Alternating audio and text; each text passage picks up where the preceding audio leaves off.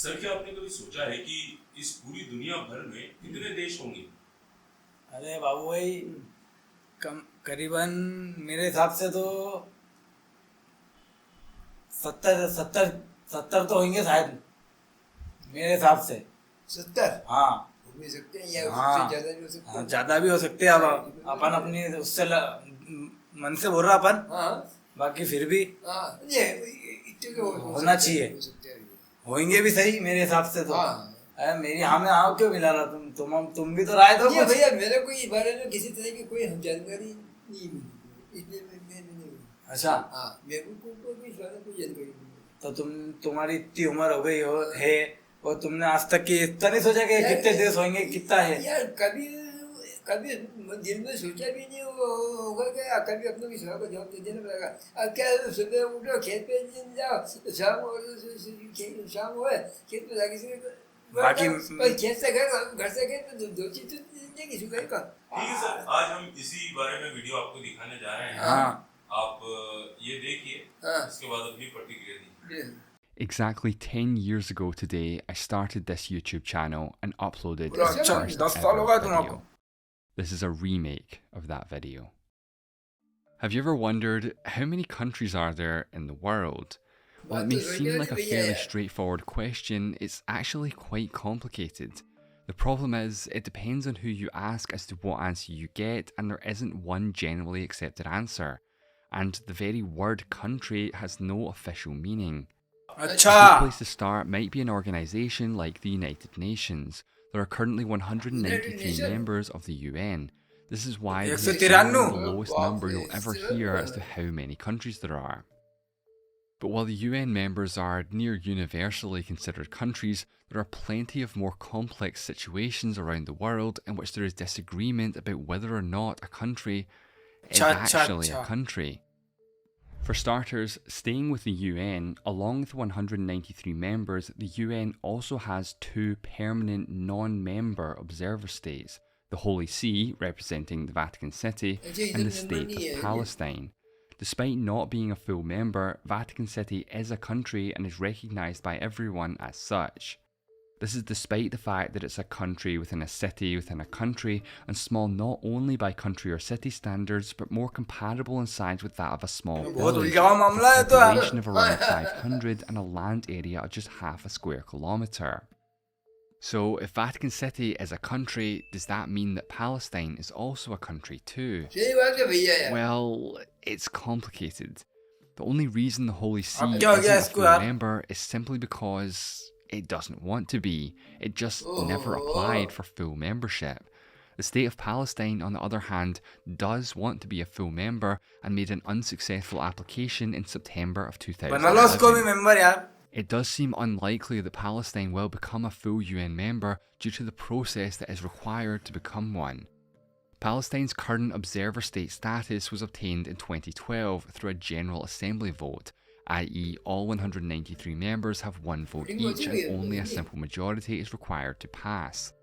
In order to gain full membership, however, the decision must first pass through the UN Security Council.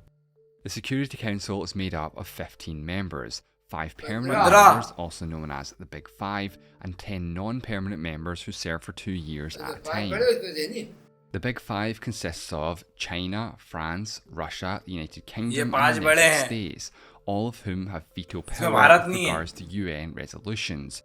This means that if any one of these 5 members vote against a resolution, it won't get passed, regardless of how the other members voted. Because the United States is one of the members with veto power, Palestine would realistically process any time in the foreseeable future. This is because the US is such a close ally of Israel. Both countries have argued that the Israeli-Palestinian conflict must first be resolved peacefully before full recognition of a Palestinian state can take place. Around the time of Palestine's failed membership application, President Obama had this to say. And I am convinced that there is no shortcut to the end of a conflict that has endured for decades. Peace is hard work. Peace will not come through statements and resolutions at the United Nations. If it were that easy, it would have been accomplished by now. Ultimately, it's the Israelis and the Palestinians, not us, who must reach agreement on the issues that divide them. Aside from full UN recognition, there Like, are several other things that yeah, set Palestine Islam apart yeah. from most How can you countries. do? First of all, they don't actually have any legally defined borders, and the lines that are generally used to अच्छा, outline the बादल current का- territories of बादल the का West अलग Bank रफड़ा है, and Gaza मतलब। Strip are actually lines created in 1949 as part of an armistice agreement and were never intended to be used as international borders. On top of this, control over these regions is extremely complicated, with Israel controlling much of what Palestine claims as its territory. This is generally regarded as an occupation, while Israeli settlements in the region are broadly regarded as being in violation of international law. There's also a disconnect between the West Bank and Gaza, which are effectively controlled by two separate governments. कहने को As है of जमीन का 2023, टुकड़ा और the मरता state of इंसान है Palestine is यार। recognised by 138 of the 193 UN members, thus making it the most recognised non-member. Okay, moving on. The US State Department lists 195 independent countries, and these are the 193 members of the UN, the previously discussed Vatican City, as well as the Republic of Kosovo. Kosovo is a partially recognised country in Eastern Europe that declared its independence from Serbia in 2008. However, Serbia rejects the 2008 में आजाद हुआ independence he. and still views Kosovo as an autonomous province of the country. Kosovo has a predominantly Albanian population, and tensions with Serbia led to a war in the late 90s. The Kosovo Liberation Army fought for their right to self-determination against Serbia due to the persecution of the Albanian majority in the region. With a lot of assistance from NATO, which included an extensive bombing campaign that reached as far as Belgrade, the war ended with the KLA in control of most of Kosovo. No official transfer of sovereignty was ever signed and thus remains a disputed territory to this day. Currently 101 of the 193 members recognise Kosovo as a country. Kosovo hasn't made an application for UN membership. This is because the UN Security Council's Big Five is split on the issue of Kosovo independence. While the UK, the US, and France all recognise Kosovo and have diplomatic relations with them, Russia and China do not. If Kosovo's membership application was ever put before the Security Council, it would certainly be vetoed by Russia, a very close ally of Serbia. Kosovo is part of many international organisations, and just last year in 2022, Kosovo started its official application process to join the European Union. Kosovo does have control over most of its claimed territory, excluding a portion of Northern Kosovo still under Serbian control. Relations between the two have seen some improvement since Kosovo's independence declaration, especially in 2013 with the Brussels Agreement. 2013 में This treaty began to normalise relations between the two sides and contains several specific provisions on certain aspects of power and administration within Kosovo. Now, according to other sources, there are 196 countries. This includes the previously mentioned 195 from the US State Department, plus one more, Taiwan. Here's where we see why just using the UN's numbers exclusively has its limitations. A concise version for the sake of this video basically boils down to whether Taiwan is its own country or part of China. While Taiwan is officially part of China, at least according to the UN anyway, the reality of the situation is entirely different. China has absolutely no actual jurisdiction over the island, and Taiwan very much operates as its own country in literally every single way. Taiwan's official name, by the way, is the Republic of China, not to be confused with the People's Republic of China, or as it's more commonly known, well, China. The island of Taiwan, formerly known as Formosa, first came under Chinese control with the Qing dynasty in 1683. Then, fast forward about 200 years, and the island was captured by Japan. Back on the mainland, the Qing dynasty was overthrown in the 1911 revolution. The Republic of China was established with the Nationalist Party as the government. Not long after, a civil war broke out between this nationalist government and the newly established Chinese Communist Party, or the CCP. We can now skip ahead to the end of World War II. The Allied forces issued Japan with a surrender ultimatum known as the Potsdam Declaration. The agreement stated, among other things, that Japan must relinquish control of land that they had acquired via force, and this included the island of Taiwan obtained 50 years previously from the Qing dynasty. Oh. The Allies gave Japan two choices: an unconditional surrender, or face, and I quote, prompt and utter destruction. On the 2nd of September 1945, Japan signed the agreement, marking the official end of the Second World War. As per the Potsdam Agreement, sovereignty of Taiwan was therefore handed over to the Republic of China. Later that year, the United Nations was founded, with the Republic of China as one of its founding members and one of the permanent members of the Security Council. The original Big Five were effectively the same as today, except with the Republic of China and the Soviet Union instead of the People's Republic of China and the Russian Federation, respectively. So remember that civil war in China? Well, it was sort of put on hold to fend off the Japanese, but with them out of the way, the two opposing Chinese factions could get back to fighting each other. The communists completely overwhelmed the nationalist forces, eventually causing them to retreat to the island of Taiwan in 1949. This effectively ended the Civil War and led to the proclamation of the People's Republic of China by the CCP. This then created an incredibly complicated situation in which there were effectively two Chinas. The People's Republic of China controlled the mainland while the Republic of China controlled Taiwan, but both claimed each other's land. Things remained like this for 2 decades while the Republic of China continued to represent China at the United Nations as a government in exile. This was until 1971 when the UN General Assembly voted to replace the Republic of China with the People's Republic of China as China's sole representative. And given that the PRC claimed the island of Taiwan and the ROC no longer had a seat at the UN, this explains why, even today, the official position of the UN is that Taiwan is part of China. This is despite the fact that the PRC has never had any jurisdiction over the island in their history. Among the people of Taiwan, opinions on the country's ambiguous political status are extremely varied. The overwhelming majority favour the status quo, at least for the time being, with a preference to leaning towards independence gradually. Practically speaking, Taiwan is pretty much like any other country. They have their own president, their own government, their own military, and their own passports, which, by the way, has actually been redesigned recently to put more emphasis on Taiwan. They even take part in sporting events such as the Olympics and the FIFA World Cup, albeit under the intentionally ambiguous pseudonym of Chinese Taipei. There are very few countries that have official diplomatic relations with Taiwan, but many countries do have unofficial relations and Taiwanese embassies in their country. Well, they're not actually called embassies, they're called things like the Taipei Representative Office or something similar. Countries tend to avoid officially recognizing Taiwan because doing so would cease any formal relations between that country and China.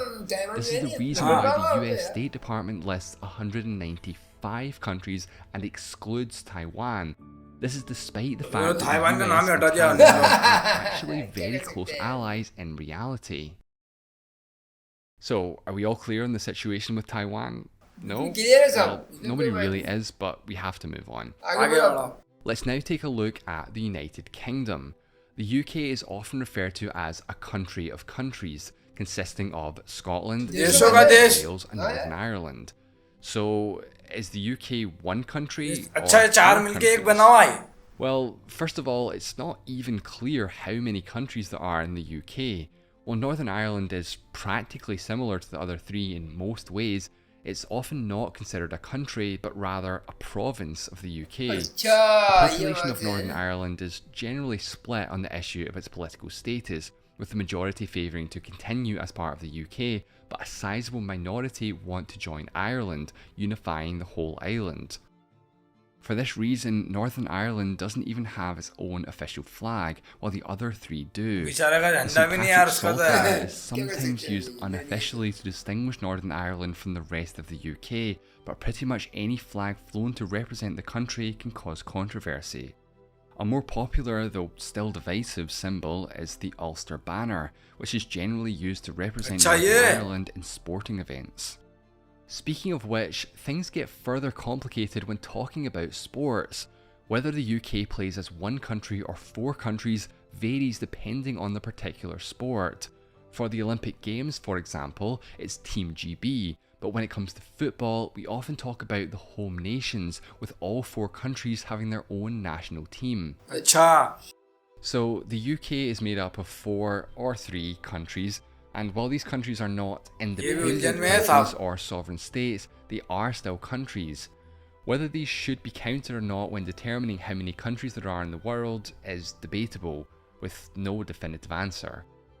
The term for a country within a country is a constituent country and is actually not unique to the UK. अच्छा For example, the Netherlands is a constituent country within the Kingdom of the Netherlands, which contains 3 other countries, Aruba, Curacao and St. Martin.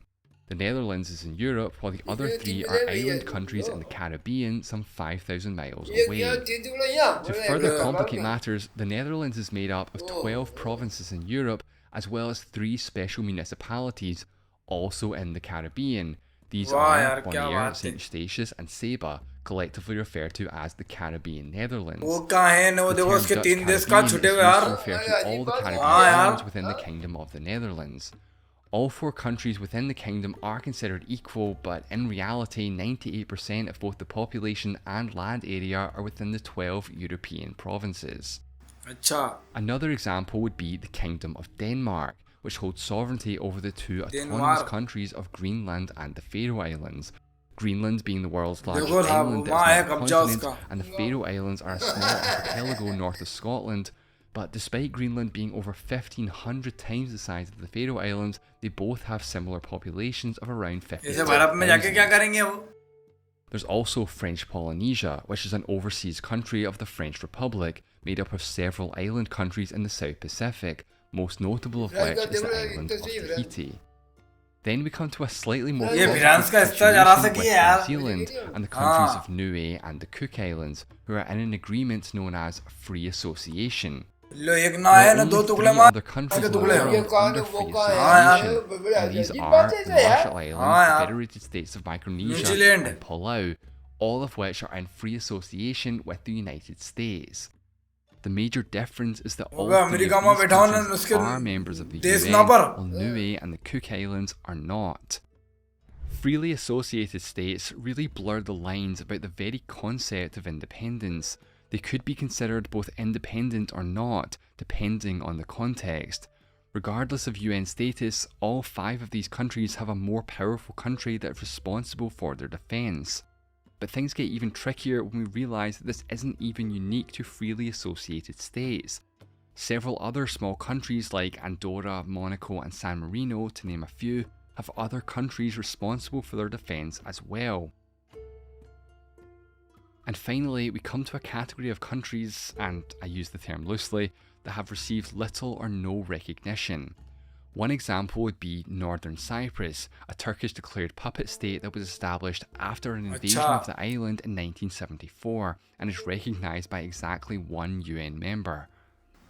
Turkey. There's also Western Sahara, a former Spanish colony that became disputed after Spain withdrew from the region. I have entire जमीन videos के on टुकड़ों both के लिए these कितने topics झगड़े हो if जाते you'd देखो like to यार learn अब more. यार Of course, there are other examples, all of which have received varying degrees of recognition, albeit extremely limited and in some cases not by any UN members. External recognition is a key attribute to be considered a country, and therefore it would be a bit of a stretch to call any of them countries at the moment. However, we can look towards the future and see what might change in the coming years. For example, my own country, Scotland, had an independence referendum in 2015. The result was 55% voting no, and thus Scotland remained part of the UK. However, support for independence is still strong, and there has even been talk recently about a second referendum, so it is possible that Scotland will become an independent country someday. There's also Catalonia, an autonomous community of Spain with a long and complicated history with the Spanish crown. Catalonia held a referendum against the will of Madrid.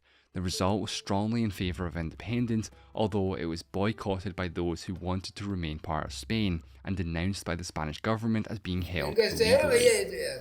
At the complete opposite side of the world, there's Bougainville, an autonomous region of Papua New Guinea. In 2018, a non-binding independence referendum was held, resulting in an overwhelming majority voting for independence.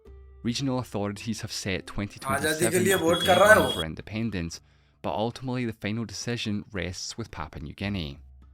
And there are so many more independence movements throughout the world, far too many to mention here. So back to the original question at hand, how many countries are there in the world? There really are no right or wrong answers. Well, I mean there are wrong answers. 10, for example, is a wrong answer. But because of the ambiguity of the word country, there is no generally accepted answer. That being said, if you really want some numbers, some possible answers would be just the members of the UN, counting the Vatican City since it's also a country, counting Taiwan, a country to most people who are not Chinese or have major ties to the country, counting Kosovo or Palestine, the most recognised countries not in the UN, counting both Kosovo and Palestine, and then you count some or even all of the remaining unrecognised countries. One step up and we can start counting constituent countries as well as Niue and the Cook Islands, French Polynesia, Greenland, and really come up with a near infinite number of answers. Probably the most widely accepted number is 196, albeit with disagreement on which is the 196th country, Kosovo or Palestine. Some countries do recognise both, and of course you're free to make your own judgment. But it's important that you understand the answer of 196 so that if something changes, you're able to adjust the number accordingly. The question of how many countries there are in the world is many different to consider. But while the lack of simplicity in the question may be frustrating, we can choose to think of it as a great opportunity to learn more about this complicated world we live in. साहब video वाकई में बहुत जानकारी वाली थी वो जो वो बंदा था जो समझ रहा था वाकई में साहब उसकी तारीफ करना पड़ेगी कि इतने अच्छे तरीके से समझने का इतनी बारीकी से समझा रहा था कि जिसके नहीं समझ आता उसके समझ में आ जाता। हाँ ये बात तो सही कह रहा है, एक एक बोल एक एक बारीक बारीक से बता रहा था सर। मेरे को तो एक बात याद है ये कि ये बहुत से विवाद होते हैं जमीन के पीछे, तो एक जमीन के टुकड़े के चक्कर में हथियारे चल जाते, हथियारों में चढ़ जाते, तो क्या करोगे जमीन के टुकड़े को ले जाके? फिर भाई मतलब कहना तो मेरा ये है कि जमीन का टुकड़ा है और वो टुकड़ा अगर तुमको तुम्हारे सामने जाने हो तो उसका हथियार भी जलाओ, लोगों के जान भी लो। अब चीज भाई को भाई अपन आज तक कर लिए, उसके बाद क्यों लड़ रहा हो यार? क्यों लड़ रहा हो? कहाँ खाली हाथ आए और खाली हाथ जाओगे? अब वो जो भी कब्जा करोगे पड़ेगा साथ तो ले जाओगे नहीं भाई। जिसकी चीजें समझ ये कहती है जिसकी चीजें उसको दे दो, बात खत्म और प्यार मोहब्बत से रहो बस। हाँ ये कहना इसमें ये है अच्छे से दे दो उसको, उसकी जमीन है तो उसको दे दो अच्छे से बस, अच्छी तरीके से दे दो, प्यार मोहब्बत से रहो और क्या तुम भी खुश, वो भी खुश, सब खुश। फिर ऐसे लड़ने से कुछ नहीं होगा। अब क्या है साहब कि ये वीडियो देखिए इसमें कहीं से कहते हमारे हम भारत की बात नहीं, लेकिन मैं यहाँ का नागरिक होने के नाते मैं भारत के योद्धा को गाना गा रही हूँ। ये देश के वीर जवानों का, मेलों का, मस्तानों का, इस देश का यारो, इस देश का यारो क्या कहना, इस देश की दुनिया क्या कहना। ये देश के वीर जवानों का, मेलों का, मस्तानों का, इस देश का यारो, इस देश का यारो क्या कहना, ये देश की दुनिया क्या कहना। धन्यवाद।